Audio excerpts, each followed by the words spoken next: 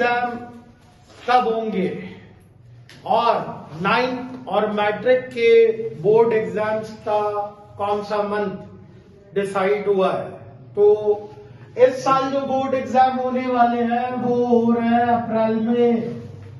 इस year 90% chance है कि अप्रैल के फर्स्ट वीक में या सेकंड वीक में बोर्ड एग्जाम स्टार्ट हो जाएंगे। 9th क्लास के बोर्ड एग्जाम जो होंगे उसमें क्या क्या चेंजेस आएंगे? नंबर 1 कि अब आपका पासिंग रेशो इस ईयर से 40% आ रहा है भाई। 40% एटलीस्ट मार्क्स होंगे तो आप बोर्ड एग्जाम क्लियर करोगे।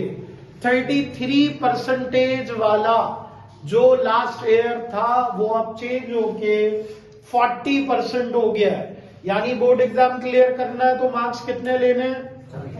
40% लेने, यानी 75 का 40% निकालोगे तो पासिंग रेशो बनेगा। नंबर 2, इस साल ग्रेडिंग चेंज हो रही है। जो आपका ग्रेड है अब 70% वाला बी में आएगा, कैटेगरी बी में। बहुत इंपॉर्टेंट है ये समझना। और जिसकी 80 होगी वो ए में आएगा, तो ए प्लस वाला रहेगा 90, ए प्लस। और इसके बाद जो बोर्ड एग्जाम के लिए मोस्ट इंपॉर्टेंट बात है, आपका मैथ्स का पेपर और 3 सब्जेक्ट्स वो होंगे OMR शीट पर। किस पर होंगे बेटा? OMR sheet. Actually scanning process होता है कि आपको ऑप्शन दिए जाते हैं, ए ऑप्शन और उसके नीचे सर्किल होगा, B option circle, C option circle, D option circle. जो राइट एमसीक्यूज का राइट ऑप्शन होगा उस सर्किल को फिलअप करोगे ब्लैक पॉइंटर से। इसकी प्रैक्टिस करेंगे अब OMR शीट। अब क्या होगा कि इसमें 3 बातों का ख्याल रखना है। नंबर 1, बहुत सोच समझ के आपने फैसला करना है कौन सा। क्वेश्चन पेपर पर रीड करना है, फिर आंसर पे आना है। एक दफा अगर कोई ऑप्शन फिलअप कर दिया आपने, क्या कर दिया? फिल कर दिया। अब आपको याद आ रहा है नहीं ये ऑप्शन नहीं था, दूसरा कोई ऑप्शन है, तो याद रखना अब अगर आप चेंज करोगे तो ये ऑटोमेटिकली एक वक्त में 2 सर्किल फिल हो गए, कैंसिल। एमसीक्यूज के कोई मार्क नहीं मिलेंगे। 1 टाइम में एक दफा सोच समझकर जो राइट ऑप्शन है उसको फिलअप करना है इस तरह। दूसरी बात बता रहा हूं। पहली बात क्या हो गई? अगर कोई सेलेक्ट कर लिया तो वो हो गया। अब अगर चेंज किया तो एक्सेप्टेबल ही नहीं है भाई, वो स्कैन ही नहीं होगा क्योंकि डबल ऑप्शन आ गए, एक वक्त में एक ऑप्शन।